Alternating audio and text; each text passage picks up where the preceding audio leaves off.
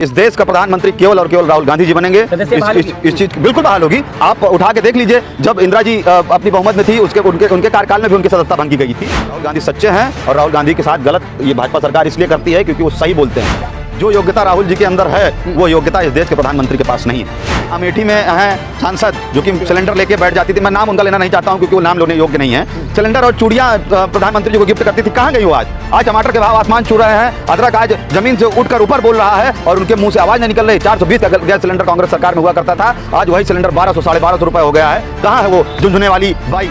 जरूर इतना बोलूंगा कि एक पागल कुत्ते को बैठा दीजिए, संबित पात्रा को बैठा दीजिए, सेम है। तो स्वीकार चुकी है कि भारतीय जनता पार्टी की सरकार निकम्मी और नकारा है। यह सरकार जुमलेबाजी की सरकार है। आप समझ लीजिए कि उत्तर प्रदेश में जंगल राज प्रशासन क्या कहता है आपको बताऊंगा तो आप लोग दंग हो जाएंगे। वो उस मौत की कीमत मात्र 10,000 रुपए लगाता है कि 10,000 रुपए ले लो, इस मामले को रफा दफा कर दो। इस तरह से है, बेवजह गेट बंद कर लिया जाता है, छात्रों की एंट्री बंद कर दी जाती है। उसके बाद जब हम उस छात्र को लेकर जाते हैं तो उस छात्र की मृत्यु हो जाती है, हॉस्पिटल पहुंचता है तो उस छात्र की मृत्यु हो जाती है। उत्तर प्रदेश का युवा आज दर बदर भटक रहा है। पूर्णता से लोकतंत्र को, संविधान को खत्म करना चाहती है। उनके माँ बाप आज रो रहे हैं, किसान परेशान है। यूरिया खाद धान बुआई चल रही है, यूरिया खाद कहीं पे उपलब्ध नहीं है। इस बार उत्तर प्रदेश से 80 की 80 सीट तो मैं नहीं कहूंगा, लेकिन 0 माइनस में चले जाएंगे, ये आपको बताना चाहूंगा। इस बार उत्तर प्रदेश की जनता इनको बताएगी कि रोजगार कहाँ है, सड़कें कहाँ हैं और महंगाई कहाँ है। 24 में परिवर्तन होगा या फिर भाजपा आएगी? परिवर्तन के साथ साथ लोकतंत्र और देश की उन्नति दोनों चीजें होंगी। तो क्या आपको लगता है कि यूपी की जो जनता है वो योगी सरकार के खिलाफ है, उनमें गुस्सा पैदा हो रहा है? बिल्कुल, आप कभी भी आइए, मैं आपको स्वागत करता हूं। आप उत्तर प्रदेश में आइए। आप उत्तर प्रदेश में हर एक उस युवा से, हर एक उस महिला से, हर एक बुजुर्ग से पूछिएगा कि क्या तुम भाजपा की इस डबल इंजन की सरकार से खुश हो, तो बिल्कुल बताएगा कि मैं नाखुश हूं क्योंकि उनके माँ बाप आज रो रहे हैं, किसान परेशान है। यूरिया खाद धान बुआई चल रही है, यूरिया खाद कहीं पे उपलब्ध नहीं है और भाजपा सरकार बोलती है कि अब की बार फलाने की सरकार बहुत हुई महंगाई की मार, अब की बार फलाने की सरकार। कहा जा रहा है कि 24 के इलेक्शन में जो है यूपी उत्तर प्रदेश में जो है भाजपा की लहर है, 80 की 80 सीटें जीत रही है भाजपा वाले कह रहे हैं। ये तो आप समझ लीजिए कि भाजपा के लोग पहले से जुमलेबाज हैं। ये लोग जुमला फैला रहे हैं और इस बात को मैं आपको बताना चाहूंगा कि इस बार उत्तर प्रदेश से 80 की 80 सीट तो मैं नहीं कहूंगा, लेकिन 0 माइनस में चले जाएंगे, ये आपको बताना चाहूंगा कि इस बार उत्तर प्रदेश की जनता इनको बताएगी कि रोजगार कहाँ है, सड़कें कहाँ हैं और महंगाई कहाँ है। जिन नारों से आप एक चीज उठा के देखेंगे कि हमारे यहाँ अमेठी में हैं सांसद जो कि सिलेंडर लेके बैठ जाती थी, मैं नाम उनका लेना नहीं चाहता हूं क्योंकि वो नाम लेने योग्य नहीं है। सिलेंडर और चूड़ियां प्रधानमंत्री जी को गिफ्ट करती थी, कहां गई वो आज टमाटर के भाव आसमान छू रहे हैं, अदरक आज जमीन से उठकर ऊपर बोल रहा है और उनके मुंह से आवाज नहीं निकल रही। 420 का गैस सिलेंडर कांग्रेस सरकार में हुआ करता था, आज वही सिलेंडर 1200 साढ़े 1200 रुपए हो गया है। कहां है वो झुंझुने वाली बाई? बताएंगे आप लोग? नहीं बताएंगे क्योंकि वो गायब हो चुकी है। सर, अगर इतनी समस्या रहती तो पिछले दिनों उत्तर प्रदेश में इलेक्शन हुआ, योगी जी बहुमत में आ गए, सरकार बन गई, जनता खुश है तभी तो। देखिए, डबल 2 बार मुख्यमंत्री बन गई। बिल्कुल, मैं आपको बता दूं कि जनता के पास जो चीज़ें होनी चाहिए थी ये उनके सामने खरा नहीं उतरे। अब जनता की आंखें खुल गई हैं, जनता इन चीज़ों को जान गई है कि जुमलेबाज है, इनकी सरकार जुमलेबाज है और बाबा तो ढोंगी है ही है। तो ये कह रहे हैं मोदी जी है तो देश सुरक्षित हाथों में। देखिए, आप इस चीज़ को कह सकते हैं, लेकिन लोग जो कह रहे हैं मैं आपको बताना चाहूँगा, मोदी है तो रोजगार नहीं है, मोदी है तो महंगाई आसमान पर है, मोदी है तो चंद्र मित्रों के सामने अपने आप को अच्छा दिखाने के लिए देश की जनता के आंसू को रुला रही है। वो बात तो मैं आपको ये कहूँगा कि जनता आज इस चीज़ को स्वीकार चुकी है कि भारतीय जनता पार्टी की सरकार निकम्मी और नकारा है। यह सरकार जुमलेबाजी की सरकार है। यह सरकार उस लोकतंत्र को, उस भाईचारे को तोड़ना चाहती है। आज जनता इस चीज़ को बहुत अच्छे जान गई है। आने वाले चुनाव में आपको वह जनता आपको एक उदाहरण के तौर पर ये देगी, वोट अपना डालकर कांग्रेस को वोट कर, NSCI पैनल के उन प्रत्याशियों को जो लड़ेंगे उनको वोट करके यह बताएगी। सर, आप इलाहाबाद से आए हुए हैं, उत्तर प्रदेश से हैं, क्या लग रहा है, आप एक छात्र भी हैं, तो क्या लग रहा है 2024 में परिवर्तन होगा या फिर भाजपा आएगी? परिवर्तन के साथ साथ लोकतंत्र और देश की उन्नति दोनों चीजें होंगी और भाजपा इस बार गायब हो गई है। भाजपा मतलब सफा, ये आप हेडलाइन ले लीजिए। प्रधानमंत्री बनेंगे? देखिए, इस देश का प्रधानमंत्री केवल और केवल राहुल गांधी जी बनेंगे। इस चीज बिल्कुल बहाल होगी। आप उठा के देख लीजिए, जब इंदिरा जी अपनी बहुमत में थी उनके कार्यकाल में भी उनकी सदस्यता भंग की गई थी। उनके ऊपर भी इसी तरह सरकार ने तानाशाही से उनकी सदस्यता को भंग किया था, लेकिन बहाल हुई। जब जांच हुई तो उसकी बहालता आई, फिर से वो सदन के मेंबर हुई। तो ये चीजें देखिए होती हैं, जो सच्चाई के खिलाफ, सत्य के खिलाफ जो लड़ता है, क्योंकि सत्यमेव जयते कहा गया है, वसुधैव कुटुंबकम भी कहा गया है। तो जो सच्चाई और सत्ता के खिलाफ लड़ेगा उसके साथ गलत होगा।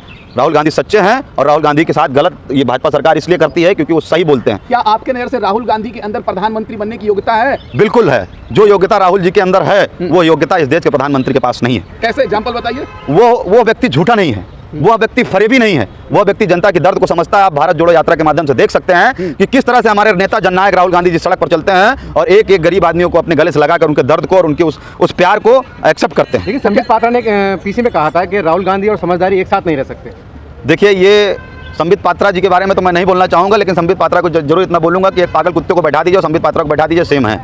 जिस तरह से वो भौंकता रहता है, अपनी बातें करता रहता है, उस तरह वो भी अपनी बातें रखते हैं। तो इस तरह की बातों से मैं मानने वाला नहीं हूँ, लेकिन ये आपको जरूर बताऊंगा कि लोकतंत्र को अगर बचाना है तो इस सरकार को और इस निकम्मी नकारा सरकार को उखाड़ के फेंकना पड़ेगा। और आपके चैनल के माध्यम से उन छात्र और युवाओं से ये मैं कहना चाहता हूँ कि अपनी आवाज़ को उठाइए और सही को सही और गलत को गलत पूरी तरह से कहिए, क्योंकि युवा का अर्थ होता है, विपरीत होता है वायु, और वायु कभी किसी की गुलाम नहीं होती, अपना रास्ता स्वयं बनाती है। आपको क्यों लगता है कि लोकतंत्र खतरे में है?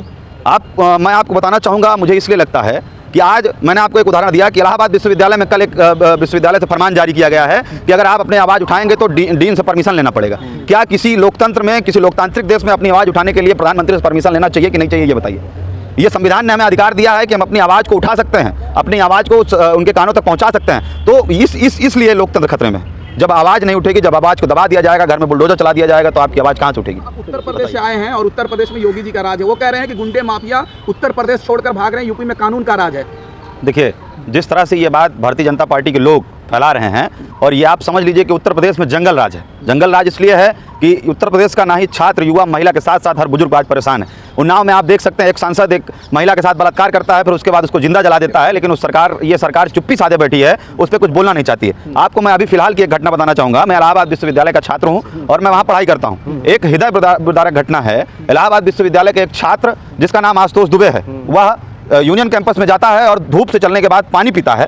पानी पीने के बाद उसकी मृत्यु हो जाती है और वो ज़मीन पर गिर जाता है। तो हम लोग जितने भी छात्र हैं वो वहाँ के विश्वविद्यालय प्रशासन से, DSW प्रॉक्टर से संबंध किया जाता है और उनको ये कहा जाता है कि जो एम्बुलेंस विश्वविद्यालय में खड़ी है वह एम्बुलेंस छात्र की मदद के लिए भेजा जाए। तो पूर्णतः रूप से मना कर देते हैं कि छात्र संघ भवन पर वो लड़का गिरा है, एम्बुलेंस नहीं जाएगी। फिर हम लोग प्रयास करते हैं कि कहीं ना कहीं बाहर से कोई रिक्शा बुला के उस छात्र की मदद की जाए और उसको बचाया जाए, तब तक के लिए मना कर दिया जाता है, गेट नहीं खोला जाएगा। इलाहाबाद विश्वविद्यालय में पूरी तरह से सत्ता और सरकार के उसके इशारे पर पूरी तरह से क्या कहते हैं, तानाशाही है, बर्दाश्त है, तानाशाही पूरी तरह से है। बेवजह गेट बंद कर लिया जाता है, छात्रों की एंट्री बंद कर दी जाती है। उसके बाद जब हम उस छात्र को लेकर जाते हैं तो उस छात्र की मृत्यु हो जाती है, हॉस्पिटल पहुंचता है तो उस छात्र की मृत्यु हो जाती है। उसके पिताजी आते हैं और बैठकर विश्वविद्यालय प्रशासन से गुहार लगाते हैं कि मीडिया स्टडी का छात्र, आप लोगों के ही बीच का वो छात्र था जिसकी मृत्यु हुई है, मीडिया स्टडी का छात्र, वो अपने घर का अकेला बच्चा जब जाता है विश्वविद्यालय प्रशासन के सामने, तो विश्वविद्यालय प्रशासन क्या कहता है आपको बताऊंगा तो आप लोग दंग हो जाएंगे। वो उस मौत की कीमत मात्र 10,000 रुपये लगाता है कि 10,000 रुपये ले लो, इस मामले को रफा दफा कर दो। अरे लालच है तुम्हारे जैसे उस पे कि एक परिवार का एक बेटा जब जाता है तो उसके दिल से पूछो उसके साथ क्या गुजरती है।